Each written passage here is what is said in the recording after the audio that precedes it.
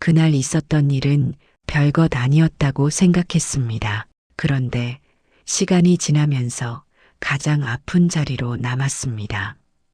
아무도 몰랐고 저도 외면했습니다. 그때 한마디만 더 했더라면 무엇이 달라졌을지 밤마다 떠오릅니다. 오늘 그 조각을 조용히 꺼내보려 합니다. 끝까지 듣지 않으면 사라진 부분이 어디였는지 알기 어려울지도 모릅니다. 창가에 늦은 오후 햇살이 비쳐 들어왔습니다. 오래된 책상 위에 낡은 서류 봉투 하나가 놓여 있었습니다. 아들이 초등학교에 다니던 시절의 생활 기록부였습니다. 정리를 하다가 우연히 꺼내 들었습니다. 종이는 누렇게 바랬지만 글씨는 또렷했습니다. 담임이 적어둔 문장이 눈에 들어왔습니다.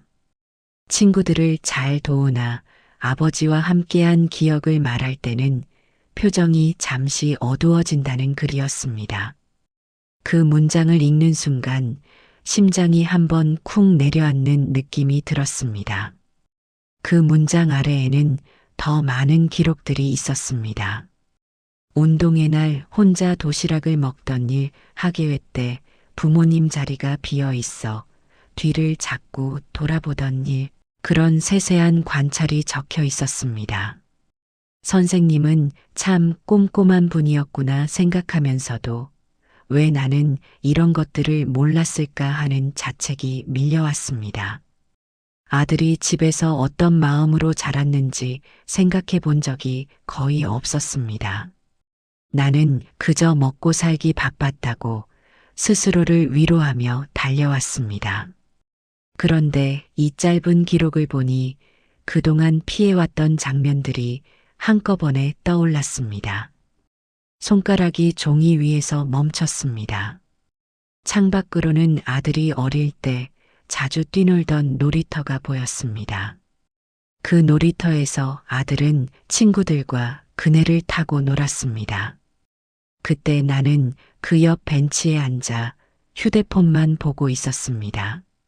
아들이 아빠 나 좀 봐 라고 소리쳐도 나는 잠깐만이라고 대답하고 다시 화면을 들여다봤습니다. 그러다 아들이 그네에서 떨어져 무릎이 까졌을 때도 나는 피가 나지 않았으니 괜찮다고만 말했습니다.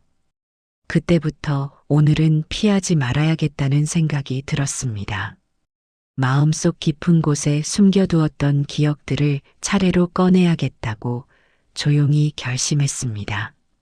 생활기록부를 다시 처음부터 읽기 시작했습니다. 1학년 때부터 6학년까지 선생님들이 남긴 기록을 하나하나 읽어내려갔습니다. 우리 집은 늘 분주했습니다. 새벽에 일어나 식탁에 놓인 도시락통을 챙기고 출근 준비를 하는 것이 하루의 시작이었습니다. 아내는 작은 가게를 지키고 있었습니다. 저는 회사와 거래처를 오가며 일에 매달렸습니다. 아들은 학교가 끝나면 혼자 집으로 돌아왔습니다. 가끔은 열쇠가 어디 있는지 몰라서 현관 앞에 쪼그리고 앉아 있었다고 나중에야 들었습니다. 아들이 초등학교 저학년이던 어느 겨울날 열쇠를 잃어버렸다고 합니다. 학교 앞 문방구 아저씨가 아이를 데리고 있다가 아내에게 연락했다고 들었습니다. 그때도 나는 회의 중이라 전화를 받지 못했습니다. 퇴근 후 집에 돌아왔을 때 아들은 이미 잠들어 있었습니다. 저녁 시간이 되어도 집에는 늘 빈자리가 많았습니다. 밥상에 앉으면 아들은 그날 학교에서 있었던 일을 이야기하려고 했습니다. 저는 먼저 숟가락을 내려놓고 텔레비전을 켰습니다. 뉴스를 보며 내일 회의 이야기를 중얼거렸습니다. 아들의 말은 중간에서 줄어들었습니다. 아내가 눈짓으로 아들 말을 들어보라고 신호를 보냈지만 저는 못 본 척했습니다. 어느 날 아들이 말했습니다. 아빠, 오늘 수학 시험에서 100점 맞았어. 나는 고개를 끄덕이며 잘했다고만 했습니다. 아들은 더 말하고 싶은 듯 했지만 나는 이미 신문을 펼치고 있었습니다. 아들은 조용히 방으로 들어갔습니다. 그때 제 머릿속에는 오직 돈과 책임이라는 말만 가득했습니다. 부모 노릇이라는 것이 생활비를 끊기지 않게 하는 일이라고만 여겼습니다. 아들의 표정과 말투를 살펴야 한다는 생각에는 제대로 닿지 못했습니다. 그렇게 세월이 조금씩 흘러갔습니다. 나는 주말에도 일을 했습니다. 집에서 노트북을 펼치고 이메일을 확인했습니다. 아들이 같이 놀자고 했지만 나는 나중에라고 말했습니다. 그 나중은 결코 오지 않았습니다. 아들은 점점 혼자 노는 법을 배워갔습니다. 아들과 나 사이에 깊은 금이 간 날은 중학교 공개 수업 날이었습니다. 아들은 일주일 전부터 계속 말했습니다. 그날만은 꼭 와달라고 조심스레 부탁했습니다. 함께 준비한 발표가 있다고 했습니다. 저는 일정표를 보며 애매한 미소만 지었습니다. 회사에 중요한 계약 미팅이 잡혀 있었기 때문입니다. 결국 약속을 지키겠다고 대답하지도 못한 채 시간을 흘려보냈습니다. 아들은 매일 아침 물었습니다. 아빠 올 수 있어? 나는 애매하게 대답했습니다. 볼게, 일정 보고. 아들은 실망한 표정을 감추려 애썼지만 나는 그것조차 제대로 보지 못했습니다. 공개 수업 날 아침 아들은 교복깃을 여러 번 매만지며 신발을 신었습니다. 현관에서 마지막으로 오늘 올 수 있느냐고 조심스럽게 다시 물었습니다. 저는 가능하면 가보겠다고 말했습니다. 마음 한편에서는 벌써 포기하고 있는 말이었습니다. 그날 오후 교실 뒤쪽 빈 의자에는 끝내 제 자리가 채워지지 않았습니다. 아들은 앞에 나가 떨리는 목소리로 발표를 했다고 합니다. 친구들 부모는 뒤에서 박수를 쳐주었다고 들었습니다. 발표가 끝나고 아들은 뒤를 돌아봤다고 합니다. 빈 의자만 보였고 아들은 고개를 숙였다고 담임 선생님이 나중에 전화로 말씀하셨습니다. 집으로 돌아와 현관문을 열었을 때 아들의 운동화가 아무렇게나 벗겨져 있었습니다. 방 안에서는 아무 말소리도 들리지 않았습니다. 아들은 이불을 머리까지 뒤집어 쓰고 있었습니다. 저는 그 옆에서 휴대폰을 보며 잠시만 이야기하자고 말했습니다. 아들은 괜찮다고 했습니다. 이미 마음이 다친 뒤였습니다. 나는 그날 저녁 아내에게 물었습니다. 애가 왜 저래? 아내는 한숨을 쉬며 말했습니다. 당신이 안 갔잖아요. 나는 일이 있었다고 변명했습니다.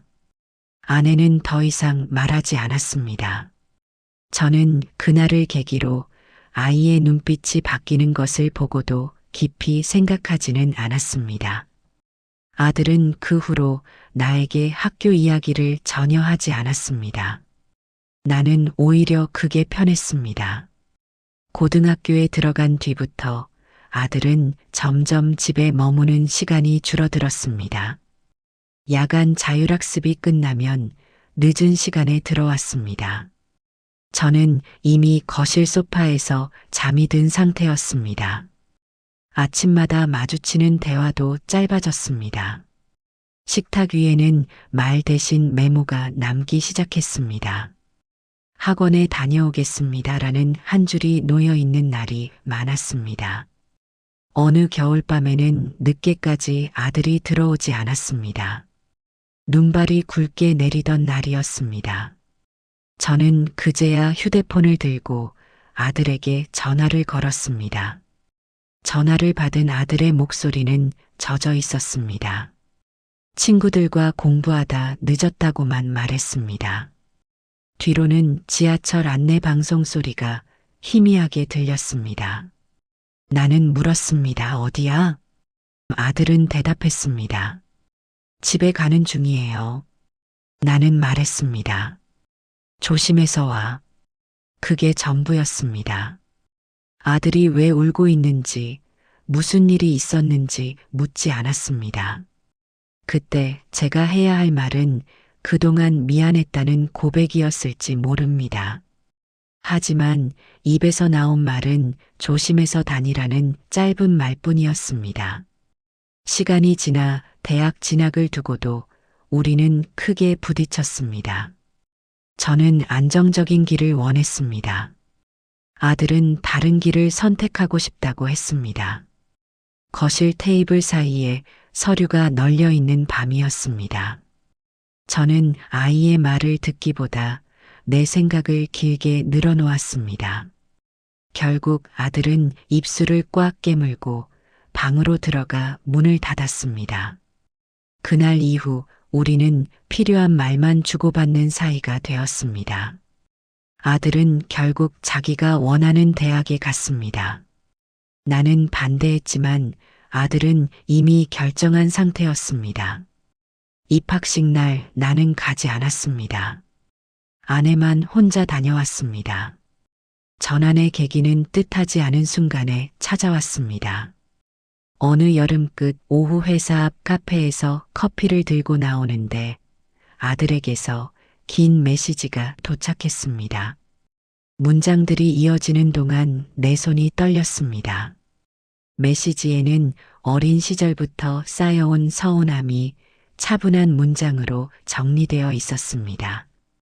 혼자 학교 행사를 다녀온 날들, 감기에 걸려도 혼자 약을 찾던 밤, 마음이 힘들어도 바쁜 부모를 더 귀찮게 하기 싫어서 침묵했던 시간들이 적혀 있었습니다. 공개 수업 날 빈 의자를 보며 울었던 일, 생일에도 혼자 케이크를 사다 먹었던 일, 그런 구체적인 기억들이 나열되어 있었습니다. 마지막에는 이렇게 쓰여 있었습니다. 이제는 부모님 기대에 맞추려 하기보다 제 삶을 살고 싶습니다. 이것이 원망이라기보다 제 마음의 정리라고 생각해 주셨으면 좋겠습니다라는 문장이었습니다. 그 문장을 읽는 순간 귀 안쪽에서 붕 하는 소리가 났습니다. 눈앞의 거리가 점차 흐려졌습니다. 그동안 나는 부모라는 이름 뒤에 숨어 있었을 뿐이었습니다. 사람의 마음은 채워지지 않으면 결국 다른 길을 찾는다는 생각이 스쳐갔습니다. 저는 한참 동안 벤치에 앉아 있었다가 겨우 짧은 답장을 보냈습니다. 내 마음을 이제라도 알게 되어 고맙다. 늦었지만 제대로 듣고 싶었다라고 적었습니다. 보내기 버튼을 누르고 나서야 심호흡을 길게 할 수 있었습니다. 그날 밤 나는 잠을 이루지 못했습니다. 아들의 메시지를 수십 번 다시 읽었습니다. 읽을 때마다 가슴이 무너지는 것 같았습니다. 옆에서 아내가 물었습니다. 애한테 연락 왔어요. 나는 고개를 끄덕였습니다. 아내는 더 이상 묻지 않았습니다. 그때 문득 부처님 말씀이 떠올랐습니다. 어렸을 때 어머니가 해주셨던 말씀이었습니다. 인연은 먼저 주는 것이지 받는 것이 아니라는 말씀이었습니다. 나는 아이에게 무엇을 먼저 주었는가? 돌이켜보니 물질 외에는 아무것도 주지 않았습니다. 시간도 관심도 마음도 주지 않았습니다. 며칠 뒤 아들과 마주 앉은 곳은 집 근처 작은 식당이었습니다. 예전에 가족끼리 가끔 들르던 허름한 국수집이었습니다. 점심시간을 넘긴 뒤라 손님은 거의 없었습니다. 창가 자리에서 우리는 어색하게 메뉴를 골랐습니다. 뜨거운 국물이 식어가는 동안 말없이 숟가락만 움직였습니다. 먼저 말을 꺼낸 사람은 아들이었습니다. 그동안의 마음을 정리하려고 메시지를 보냈다고 했습니다. 원망하고 싶지 않았지만 스스로를 보호하려다 보니 거리를 둘 수밖에 없었다고 조용히 말했습니다. 저는 고개를 숙인 채 한참 동안 말을 잇지 못했습니다. 지금에서야 하는 말이지만 부모 노릇을 끝까지 잘못하고 말았다고 털어놓았습니다. 돈을 버는 일에 매달리며 그것이 다인 줄 알았다고 말했습니다. 아이의 얼굴에 복잡한 감정이 스쳐 지나갔습니다. 그래도 이제라도 이야기해줘서 고맙다는 말이 조심스럽게 나왔습니다. 아들이 말했습니다. 사실은 아빠가 미웠어요. 나는 고개를 끄덕였습니다. 아들은 계속했습니다. 하지만 이제는 아빠도 힘들었을 거라고 생각해요. 그 말을 듣는 순간 눈물이 날 것 같았습니다. 마음 한구석이 조금 풀리는 느낌이 들었습니다. 오랫동안 굳어있던 돌덩이가 아주 조금 움직인 듯 했습니다. 우리는 과거의 모든 상처를 한꺼번에 풀지는 못했습니다. 다만 상처의 모양을 처음으로 함께 바라보게 되었습니다. 그 시간이 제게는 뒤늦은 공부처럼 느껴졌습니다. 식사를 마치고 나올 때 아들이 말했습니다. 다음에 또 만나요, 아빠. 나는 대답했습니다. 그래, 자주 만나자. 그 약속이 지켜질지 확신할 수 없었지만 최선을 다하고 싶었습니다. 그날 이후로 세월은 많이 흘렀습니다. 나의 일상은 조금씩 달라졌습니다. 큰 변화라기보다는 아주 작은 습관 하나씩이 바뀌어 갔습니다. 아침이면 제가 먼저 안부 메시지를 보냈습니다. 오늘 하루도 무사하기를 바란다는 짧은 문장이었습니다. 아들이 손주와 함께 집에 오면 저는 일부러 일을 미리 맞춰두었습니다. 예전처럼 텔레비전 앞에 앉지 않았습니다. 식탁에 마주 앉아 아들이 요즘 어떤 고민을 하고 있는지 묻기 시작했습니다. 조언을 하려다가도 입술을 한번 깨물었습니다. 먼저 끝까지 듣는 연습이 필요했습니다. 어느 날 아들이 말했습니다. 예전 같으면 벌써 화내며 내 생각을 꺾었을 텐데 요즘은 묻고 들어주는 것 같아서 낯설지만 조금 편해졌다고 했습니다. 그 말을 들으며 마음이 뜨거워졌다가 서늘해졌습니다. 이제야 아주 조금이라도 부모라는 자리를 다시 배우고 있다는 생각이 들었습니다. 손주가 거실에서 뛰어놀다 넘어지면 저는 예전처럼 성급하게 나무라지 않았습니다. 괜찮냐고 물은 뒤 먼저 안아주었습니다. 아들이 그 모습을 조용히 바라보고 있었습니다. 손주가 그림을 그려 보여줄 때 나는 이제 제대로 봅니다. 할아버지, 이거 봐. 나는 손을 멈추고 그림을 봅니다. 와, 정말 잘 그렸네. 손주가 웃습니다. 아들도 옆에서 미소를 짓습니다. 일주일에 한 번씩 아들과 통화합니다. 길지 않지만 서로의 안부를 묻습니다. 아들이 말합니다. 아빠, 요즘 일은 어때요? 나는 대답합니다. 괜찮아. 너는? 짧은 대화지만 예전과는 다릅니다. 어느 날 아들이 집에 와서 말했습니다. 아빠, 고마워요. 변하시려고 노력하는 거요. 나는 아무 말도 하지 못했습니다. 그때 다시 부처님 말씀이 떠올랐습니다. 뒤늦게 꽃이 피어도 그것은 여전히 꽃이라는 말씀이었습니다. 나는 너무 늦게 시작했지만 그래도 지금이라도 시작한 것에 감사해야 한다고 생각했습니다. 완벽한 부모는 아니지만 노력하는 부모는 될 수 있다고 믿고 싶었습니다. 오늘 나는 다시 책상 앞에 앉아 있습니다. 아침 햇살이 커튼 사이로 비집고 들어와 방 한켠을 비추고 있습니다. 손에는 오래된 생활 기록부와 얼마 전 아들에게서 받은 메시지가 함께 놓여 있습니다. 과거의 기록과 현재의 마음이 한자리에 겹쳐진 느낌이 들었습니다. 나는 이제야 고백할 수 있습니다. 부모 노릇을 끝까지 잘못하고 말았습니다. 아들의 마음을 먼저 살피지 않았고 상처를 미리 알아보지 못했습니다. 그러나 이 고백을 늦게라도 꺼내는 이유는 남은 시간만이라도 다르게 살고 싶기 때문입니다. 아들과 손주 곁에서 서툴지만 진심으로 머무르고 싶습니다. 생활기록부를 덮으며 생각합니다. 만약 그때로 돌아갈 수 있다면 나는 무엇을 다르게 할까요? 아마도 회의를 빠지고 공개 수업에 갔을 것입니다. 휴대폰을 내려놓고 아이의 이야기를 들었을 것입니다. 안아주고 같이 웃고 함께 울었을 것입니다. 하지만 시간은 돌아가지 않습니다.